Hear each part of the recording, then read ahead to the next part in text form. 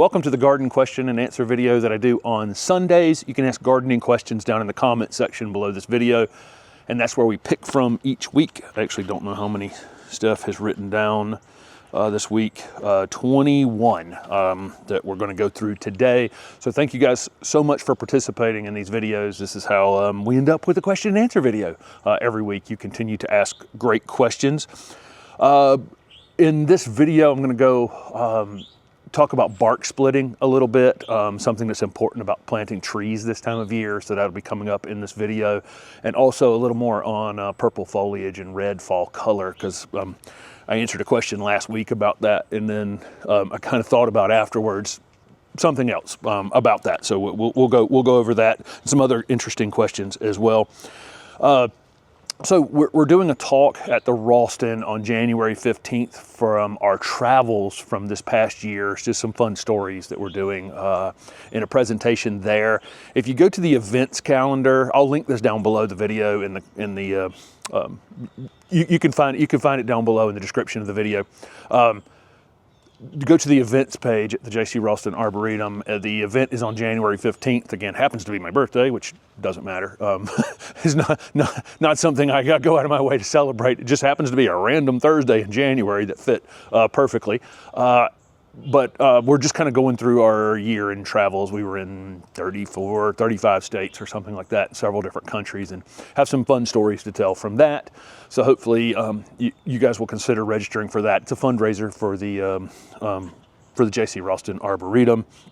And then all the holiday sale stuff over on the website. T-shirts are $5 off for the month. It just takes them out automatically when you go and pay for them. Thank you guys who have ordered T-shirts. I think Steph's up to date right this minute on getting them out to you guys. So hopefully if you are interested in ordering shirts for the holidays or for Christmas as a Christmas present, you know, you probably, I mean, we ship them by the postal service, so you might want to get those orders in by the 15th or so, probably. I don't really know. And then the weekly garden planner and the Learn to Garden video series are both $60 off for the month of December if you want to give those as a gift as well. Thank you guys for considering that. The codes to get those discounts are on the screen right here while I'm talking about them. So let's jump into some questions. So last week I talked about the fact that some plants, when they lose their leaves in the fall, you'll see something like a river birch, when it loses its chlorophyll, when it breaks the green. This is Marvel Mahonia back here behind me in full bloom. It's already had 27 degrees on it. Didn't phase it. It's actually going to be in full bloom here with temperatures not reaching 50 for the next 10 days. So the plant's amazing that it can do this while other plants are going to sleep for the winter. But when deciduous plants that lose their leaves, break that chlorophyll down in the fall and store it, they expose whatever colors underneath that outer layer. And so for something like a river birch that doesn't produce anthocyanins, it just goes to yellow. And so you'll see lots of plants go to yellows or maybe orangish colors, but some others will just turn bright red. Well, that red wasn't in that leaf up until the moment that it decided to do that. A lot of debate about why plants will do that. That was in last week's Q&A. But when I was editing that, I was just sitting there thinking, well, I didn't mention that obviously some plants are purple just throughout the season, and you know that produce these anthocyanins all season. And I had answered a question earlier in the summer about some of the plants like barberries or loropetalum or something that's supposed to have red leaves on it. You bought it because it had red or purple leaves on it, and then all of a sudden they're green during the summertime. And I talked about plant stress can cause that plant to make a decision to not produce those anthocyanins, those things that color the leaves up, or, you know, just as a protection, as a defense. Like it's trying to figure out how to get enough water. It's too hot outside. It's all these stresses, and the plant will drop that producing those. So there are plants that produce those anthocyanins the whole season. So I didn't want to confuse those two things. There are trees like our oak up here that will just out of the blue get that coloration. A lot of debate around why they're doing that. Some about insect prevention, some for it's a sun protectant, you know, all kinds of reasons that plants might do this. But there are plants that obviously produce these anthocyanins all season, and it shows up as like a purple or a red in the leaf. And it's basically the way the light is reflecting and colors are combining in that leaf that makes it appear purple versus green or yellow or whatever in the leaf. But interesting that, you know, some plants don't produce them until the last possible, you know, until the last second as the chlorophyll is breaking down. Others produce them all summer long.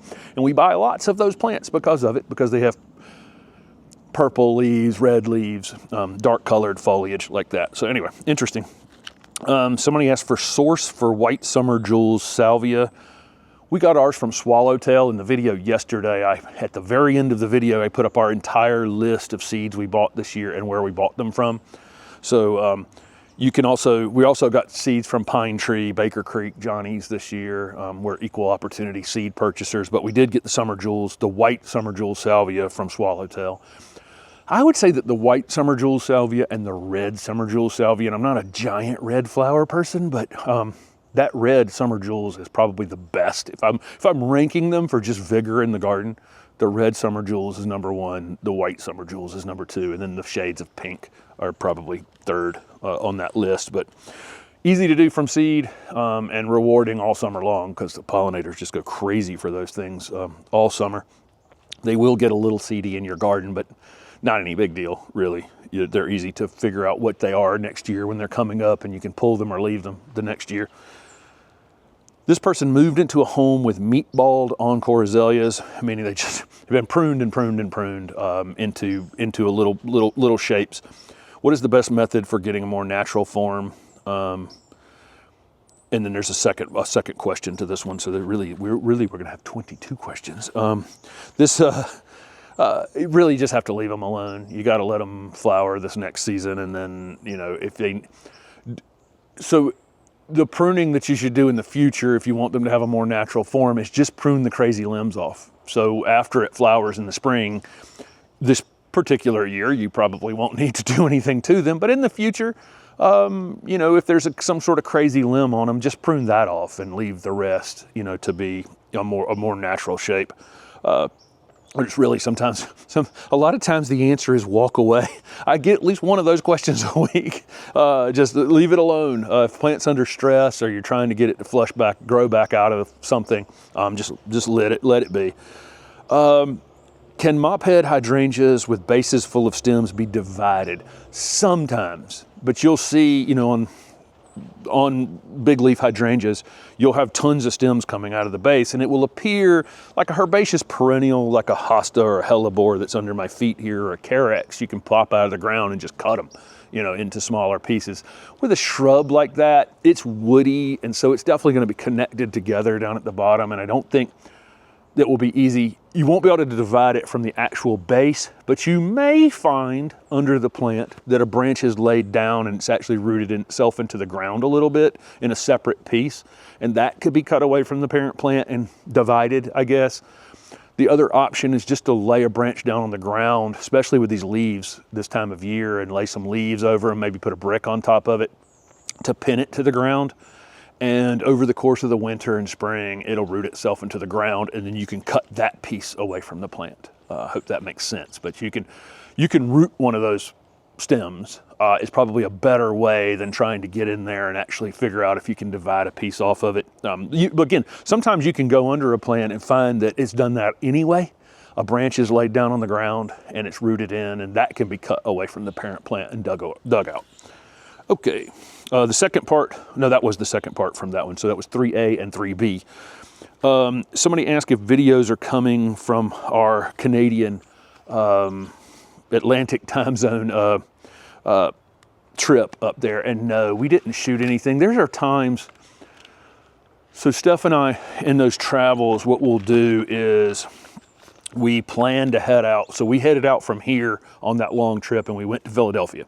And while we were in Philadelphia, we were visiting friends, but we were also there to get content. So we shot some videos with Steve from North Creek about American Beauty's brand and at his garden center. And we shot some additional video at Longwood and Winterizing that I'll probably just put at the end of these Q&As at some point. They're not really official videos in any way. But then we went to Acadia and we went to Canada and enjoyed our time seeing the cities, and we still do botanizing, and that's the kind of thing that's going to be in that talk at the Ralston on January 15th, is plants that that we saw in Scotic, you know, in Acadia and on the Scotic Peninsula, and some other botanizing that we did in Canada. But it's kind of our like not HortTube time, you know, to go and we still doing plant stuff a lot of times, but it's just not, it's up for us.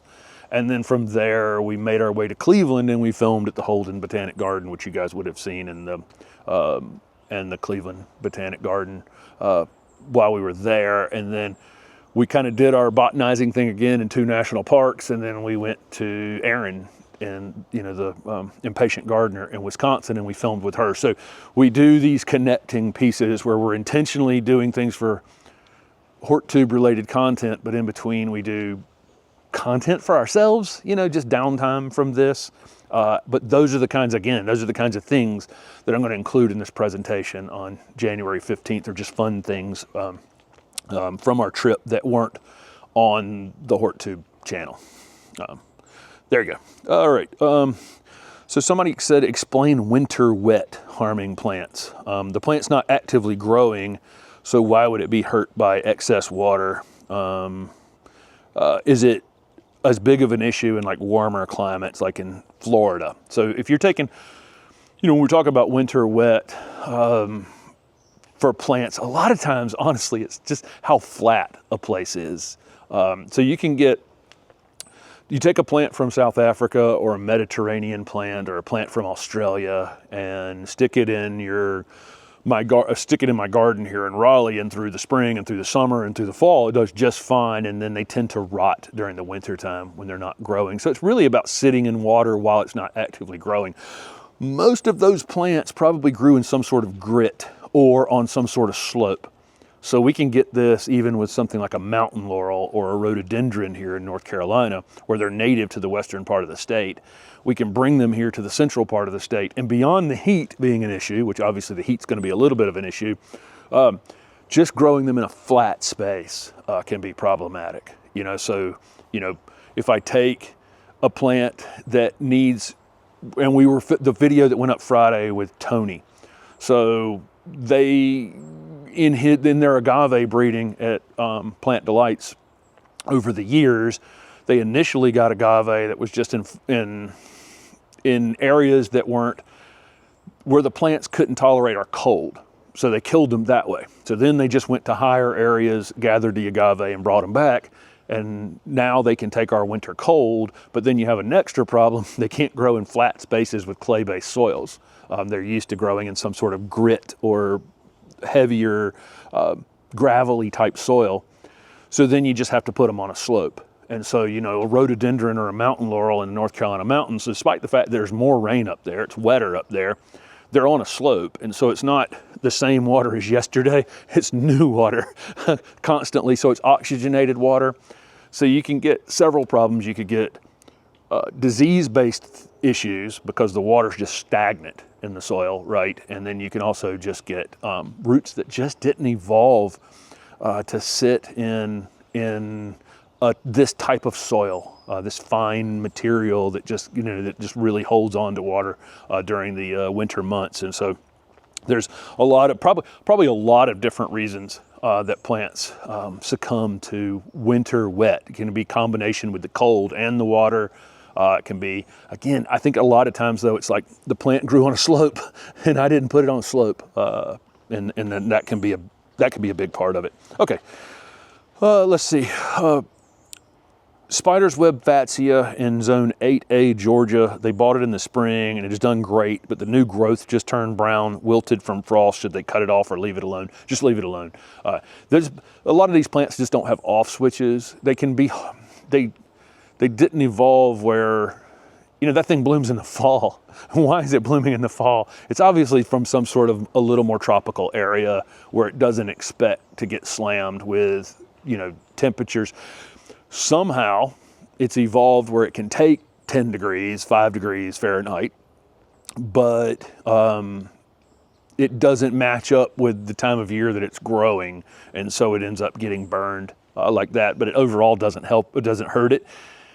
To me, it's like a free pruning. You know, that's what I'm going to call it, because from where that burned on the top, it'll now split and move on. If that plant's still really small and we were going to get temperatures that were abnormally cold, like 10 degrees or something like that, I might cover it this first winter while it's in the ground. That's something I would throw out to you. But yeah, if you get these things where the plant just it was still growing near the end of the season and then it burns just a bit, don't worry about those things. Again, free pruning. Might be a plant though that's telling you that, you know, it's not mature enough yet to not be winter protected if it's cold during the winter. I mean, and when I say cold during the winter, I mean abnormally cold. Like if you look at what's your average temperature this week in January, well, it's like normally it's 49 degrees and 20 degrees for our average lows. Well, and all of a sudden it's 5 degrees. That's what I'm talking about, where it's abnormally low for given that time of year. So you could easily look up what's my average temperatures in January. You know, that's for us, it's going to be 50 and 30, 50 during the day, 30 during the night Fahrenheit. And then if I'm all of a sudden it's 32 for a high one day and 6 degrees for a low, well, now I'm looking around at plants that like that Fatsia that are marginal, and maybe that's the things I'm going to winter protect, especially if they're newer planted. This person's in Central Valley, California. They have some large cactus in pots. Is it best to use burlap to cover them in snaps of cold? They can't plant them, but don't want them to freeze. So it just depends on the cactus, number one. If you're in Central Valley and California, you're probably not going to get, some of those cactus are perfectly capable of taking freezing temperatures. I don't know which ones you have. So that's the problem with that, because cactus species can be from, you know, high mountain places where it gets wetter down to, you know, the hottest places in North America that don't get, you know, 3 inches of rain a year. You know, it's kind of all over the place where cactus can come from. So it kind of depends on the cactus. If you're going to cover them with something like burlap, be careful that you're not putting the burlap directly on the plant. It can hold some moisture on the outside of it, plus any thorns are going to lock onto that burlap, and then it's going to be a mess trying to take them off. I've covered things like roses that we were growing in containers at the nursery with frost protection blankets, and then in the spring we take the water gets on top of it and kind of locks them into the thorns on the roses, and then we pull the covers off, and now there's cotton fabric all over the roses and they look terrible. Now you're in there trying to clean that up, or you have to cut the roses back in order to deal with it. So be super careful using fabric materials with thorns of any kind, because it can really become a mess. So I think you'd want to build something around them a bit if you were going to use something to winter protect them. Probably best to put them in a garage, really, especially with your rainy season coming at that time. If you can put them under a cover somewhere where they're not going to get winter wet, you know, could be an issue as well. But yeah, be careful with something directly on the plant. You're better off building a structure of some kind around them, which could be out of burlap or whatever. So this was one of the things that I out of the blue the other day, I was having a conversation with Tony about tree splitting, and then I just remembered this thing that I've never said in one of these Q&As. I get a lot of bark splitting questions. Make sure if you buy a tree that you can kind of figure out which way the plant was planted or oriented in the nursery or in the ground where it came from, and make sure you plant it that same direction. So you can kind of look on the bark of a tree and figure out what the north side is. You'll see the color is different. Sometimes you'll have lichen on it, which is helpful. But usually, like if we walk through the woods right now, if I walk through the woods behind me back here, I can figure out which way's north, just because there's certain things, you know, there's things growing on the bark that lets us know that it hasn't had sun directly on it. If you take a field-grown tree that's oriented itself in a way where, you know, one side of the tree's had direct sun on it and another side hasn't. You go home and you plant that tree the other way, and now the direct sun is on this side of the tree that's never had direct sun on it. That can be one influence in ending up with a cracked tree. So see if you can. Sometimes you're not going to be able to figure it out. I don't want to send everybody into paranoia, but if you can figure out which way that tree was clearly oriented, in the ground where it came from. Try to do the same thing when you plant it in the ground, but I've never said that before, and it's something that needs to be said. It was really easy with large field-grown trees. They had been in the, they were old enough that you could just definitely figure out which direction that they needed to be spun around. We're always trying to spin the tree around to get the best look up here for us, but really we should be spinning the tree around to make sure that north is still north to that tree. Okay.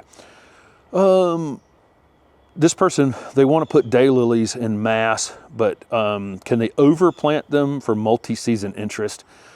I don't think, I mean, daylilies need full sun, and they're not particularly well suited in mixed spaces, as well as some other things, really. I mean, you can definitely plant bulbs in them during the winter time so that bulbs come up, and then the daylilies will come up and mask those bulbs. That's a really good combo because it'll hide that foliage from the bulbs dying back in the spring or summer, but you wouldn't want to put anything else in with the daylilies that would shade them out. There are some much larger growing daylilies that you could get that might look good in a mixed perennial border. But if you're getting ones that are like this, you kind of have to make sure that everything else is a similar height a little bit, because otherwise they're going to shade each other out. And of course, daylilies can get foliar problems too if the foliage is staying wet. So I don't know. That's why I don't mass plant a whole lot of things. I'd rather go find a couple fun daylilies that I kind of enjoy and just plug those in rather than trying to have them in mass necessarily. This is more, but again, you do you. That's definitely this entire channel is definitely you do what makes your gardening fun for you. Okay. This person was going to use leaf grow compost instead of hardwood mulch, but they're worried about the dark compost. Will it heat the roots up too much? But love the idea of adding compost. Is hardwood better? So what we did here in this back garden was we put down the compost first, and then we put the hardwood mulch on top. Well, we put wood chips on top, but then it ended up with hardwood on top of that. So you could just do it that way if you wanted to, put the layer of compost and then put your hardwood mulch on top. I'm not worried about the color of that compost. The sun is going to fade it pretty quickly. It's going to fade the color of compost. It's going to fade the color of wood chips. It's going to fade the color of anything that you put out here. It's just going to bleach it in time. And so it won't be a big issue. Obviously, if you're using black dyed mulch, that's meant to resist, fading from the sun. And that probably is going to have some sort of impact.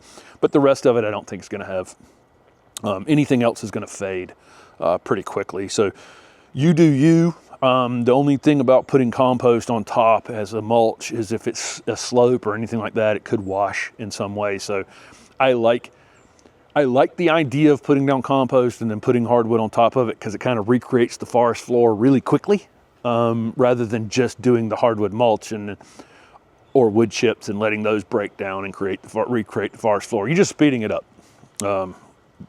That's probably the way I would do it if I had the money to do it. It would be the compost and the mulch. Okay. Best material to mix with clay to increase drainage. So I've talked about this in the past.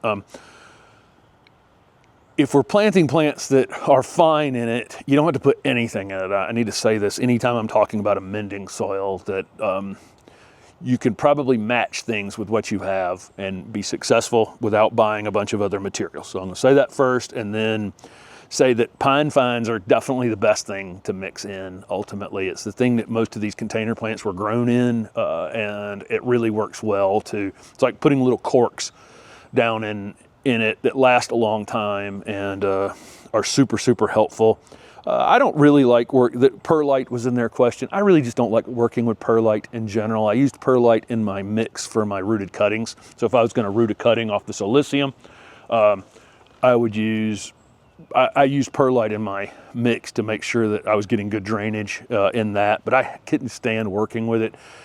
It puts a dust up in the air that you should have a mask on while you're working with perlite, and just wasn't an enjoyable material overall to work with.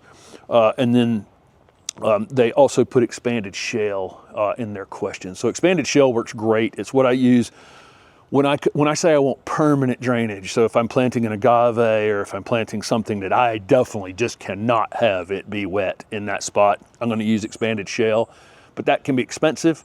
So if it's just something I'm just slightly worried about it, you know, being moist in the future, like a rhododendron or an azalea or something like that, then I would just use pine fines.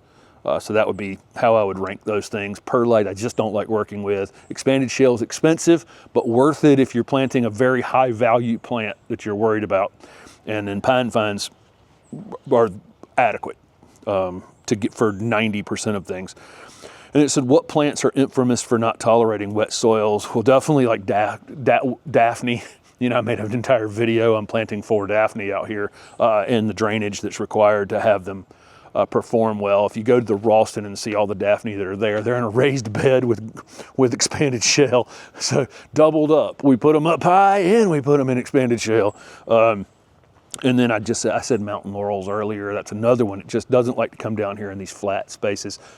There are mountain laurels though that are native all the way to the Gulf Coast. I said recently that provenance matters. If you get one from the Gulf Coast that grew in a flat sandy area, it's probably more likely to tolerate my flat garden here than one from the mountains. And then there's some conifers as well that, you know, don't necessarily, you know, want to stay wet.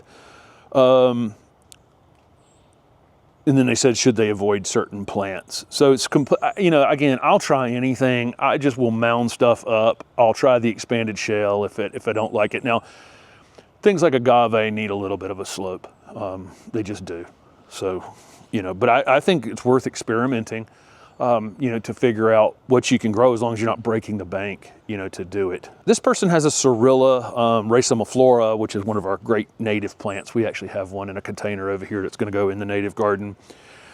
J.C. Ralston Arboretum recommended it. The one they got has weird angles. The plant has weird angles. It's a plant that has a mind of its own a little bit, so it's not, you know, the one that's at Denny Werner's house that we filmed before is like 15 feet tall and 15 feet wide. It's a big plant, ultimately, if it's given enough sun and enough space. And it'll work itself out in how it gets there. So I'm not really that worried about the odd angles, you know, of the plant. I think that'll all work itself out. It was probably grown close together with another one. They can get tall and wispy in a container, and when I've seen them grown in nurseries, they're kind of pot tight, which is to keep them from falling over all day because they are weird rapid growth like that. So that's probably also contributing to their weird odd angles. It just grew stems where it could in between other plants. That'll work itself out for the most part. You can prune it after it flowers if you want to next year. It says it had odd branching like an awkward adolescent. I think if you plant it and just don't worry about it in 2 or 3 years, if it's still weird in some way, you can readdress it at that point. They want to place it along a fence and let it grow over. How close to the fence can it be planted? Again, I just said the one at Denny Werner's house Dr. Werner's house is 15 feet wide. So, you know, but if you want it to just, you could put it 3 feet from the fence. I don't think it's any big deal, and just prune the back side of it till it's up over the fence and just go on with your day. I'd put it as close as 3 feet. Mark Wethington says it responds well to pruning, so they may try to create a central leader. I wouldn't bother trying to create a central leader with that plant. It's gonna fight you like crazy in the future, trying to have a single trunk Sorilla. I'm sure somebody now down in the comments is going to say they have a single trunk Sorilla and it's perfect, but it's a plant that suckers, and you know, kind of typical of a lot of our Southeast natives. You know, the pruning that you do on top of it's going to encourage growth from the bottom. And so when you're trying to have a central leader on it, you're just constantly be having to prune around the base of it. This person has a rhododendron with 5 years of good blooming. Now it has no buds for next year. What conditions can affect bud form? Anything I can do to help next year? And another person has a peony form camellia with the same kind of issue. They added phosphorus. I don't know why they added phosphorus. I don't know if you got a soil test before you added phosphorus. I wouldn't encourage anyone with kind of something weird going on with the plant just to read something on the internet and then dump something on it. If you put phosphorus in because you got a soil test and your soil test said you need phosphorus, then that's one thing. But if I looked online and it says that sometimes a lack of phosphorus can affect buds on a camellia, and then you added phosphorus, you could be causing yourself a problem if that wasn't the actual issue. Phosphorus could end up too high, and then you lock up some other nutrient that becomes an issue. So be careful with that. If it was based on a soil test, great. But obviously, there's lots of things that can affect bud growth. Obviously, shade increases in time in most gardens. So that was my thing at my old house, was I planted a bunch of trees when I moved in there. I was working for a nurseryman slash landscaper, and I was working overtime for him, and he really couldn't afford overtime. So I took plants from the nursery as my overtime pay because I had a new house, and that's the way we exchanged. That's the way I was paid my overtime, which was great, but I got a lot of trees. And then 20 years later, those trees were quite a bit bigger. And there was a lot more shade in that garden. So that can happen in time. Obviously, deer can come along and do some pruning that we didn't know pruned. Obviously, a spouse, this was always the thing at the farmer's market when I was selling plants at the farmer's market. I'd be like, well, did anyone prune it during the winter? Then they'd say their azaleas didn't bloom, or their rhododendron didn't bloom, or their whatever didn't bloom, or their hydrangea, most of the time, big leaf hydrangeas. And when I said, did anybody prune it this winter, I could see the husband just kind of disappear, slowly taking steps backwards where they had pruned it at the wrong time of year. So there's that. Obviously, we could have a lack of water, which this year out here, I've said, I think we're going to probably end the year up on rainfall for the year, but we were dry a lot of the year because there were very heavy rains. That you get a 2-inch rain in an hour and then go, well, we got half our rain for the month, but then the city's flooding, but the water's not soaking down in the ground. It's not that beneficial. That's the kind of year we had here. So a lot, again, a whole lot of issues that could be part of this. Again, pruning, deer browsing, lack of water, more shade than you've had in the past, all kinds of reasons that something could ebb and flow in its flower buds. I don't know that there's a whole lot you can do. You just got to figure out what it was that, what conditions changed year to year, especially if they've bloomed really well for 5 years. And they're still green, they're not off colored in some way. But the other person with the peony camellia, just be careful adding things. And I've said this in the past, don't add things from internet searches or anything like that. If you're adding nutrients to change the chemistry, this is basic chemistry. I mean, we know how to grow. We know the exact formula for getting the most bushels of corn off an acre of land. We know how to get soybeans that way. We know how to grow these shrubs. This is known chemistry at this point for the most part. It's not like humans know everything, but we know a lot. Adding things for no reason or we can get things out of whack really, really easily. But if you get a soil test done, and if you are a person who wants to tinker, make sure you're tinkering based on information and not on internet stuff. Okay. This person has a type 3 clematis with mildew. Can they cut back the vines now or wait until late winter? Comes back from base every spring. The type 3 clematis, typically you cut back to about 12 inches in height in the late winter. If you've wanted to clean it up sooner than later, I don't think there's a problem once it's fully dormant. So, once it's fully, we've had enough cold here in our area. I don't know what area this person's in. As long as you've had enough cold in your area to knock it back completely, I don't see that there's any difference cutting it back now versus the end of winter. But the type 3, the one thing about some of these late winter pruned vines like that, if you're in an area with like heavy snow or wind or something like that, it might actually be beneficial to cut it back now or after it's fully dormant than waiting till late winter anyway, just so snow or wind doesn't damage it in some way. This person's in 6B, 7A. Can Canadian hemlocks in pots 4 to 5 feet tall stay outside in pots all winter or into garage on coldest days? Like in most of the winter, obviously, Canadian hemlock's probably zone 3 hardy, 4 hardy for sure.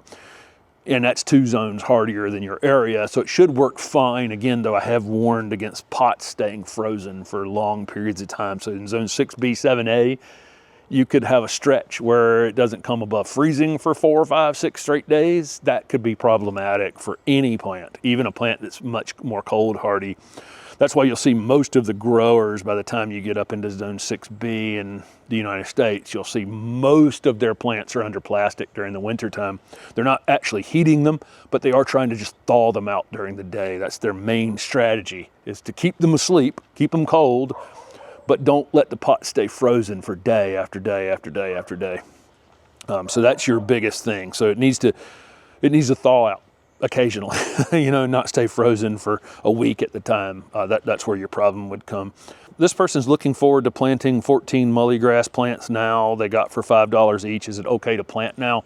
This is one of the things I have talked about in the past, that I don't know what area that you're in. If you have very well-drained soil, you're absolutely fine at planting your grasses or dormant grasses this time of year.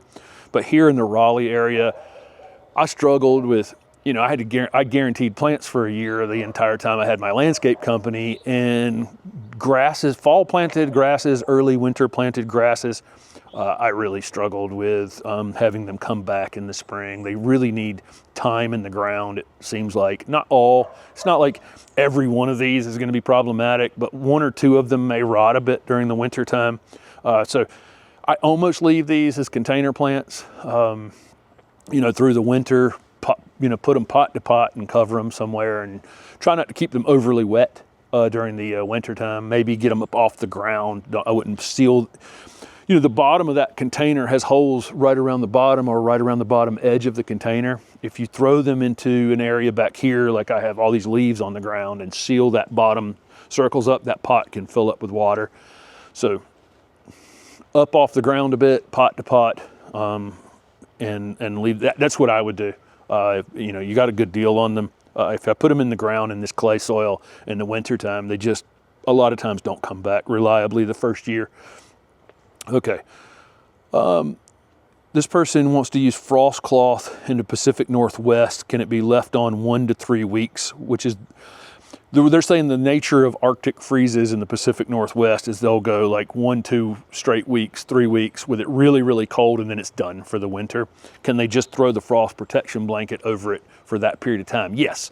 I still remember all the stresses of being a nurseryman over the years. We would race to get everything kind of pot to pot by Thanksgiving every year, so that it was prepared to cover, so that way right before Christmas we could throw covers on to all of the plants and then just leave them covered for 2 or 3 weeks. That was actually our strategy, because that first 2 weeks of January really was the kind of killing freeze time where the temperatures could drop sub-0, sub-10, you know, that kind of thing, Fahrenheit. That could be problematic for the plant. So we want them covered during that period of time.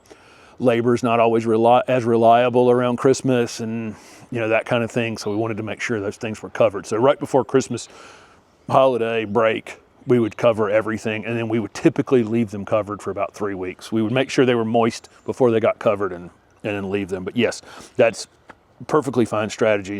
That white frost protection blanket gets plenty of light underneath it, so it's not as much as the plants would ultimately like, but it lets enough light through that they're fine underneath it.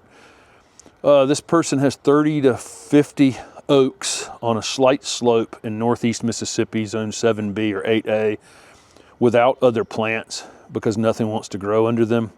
It's too many leaves to leave them there, and the slope is eroding anything that could survive. That's obviously going to have to be some sort of ground cover, I would think, underneath there. Mahonia, you know, is a good choice, as I happen to be standing in front of one that can take both shade and dry shade. I mean, it's things like hellebores, things that are listed for dry shade. You might want to go back and look at one of our dry shade. We've done a few videos over the years on plants that will grow in dry shade. Those are going to be your friends for growing up underneath those oaks. The problem is that we always say it's going to take a year for that plant to become established. quite possibly on a slope like this under oak trees with established roots, it may take 2 or 3 years for something to become established. You're going to have to monitor plants longer into the future to make sure that they've become rooted in and they can adequately compete with those trees. Even camellias can compete with those trees, but it's just going to take a while for them to root in. But I would look at some of those dry shade videos that we've done in the past. Number 19 is repeated twice, so this is actually 22 questions ultimately, maybe.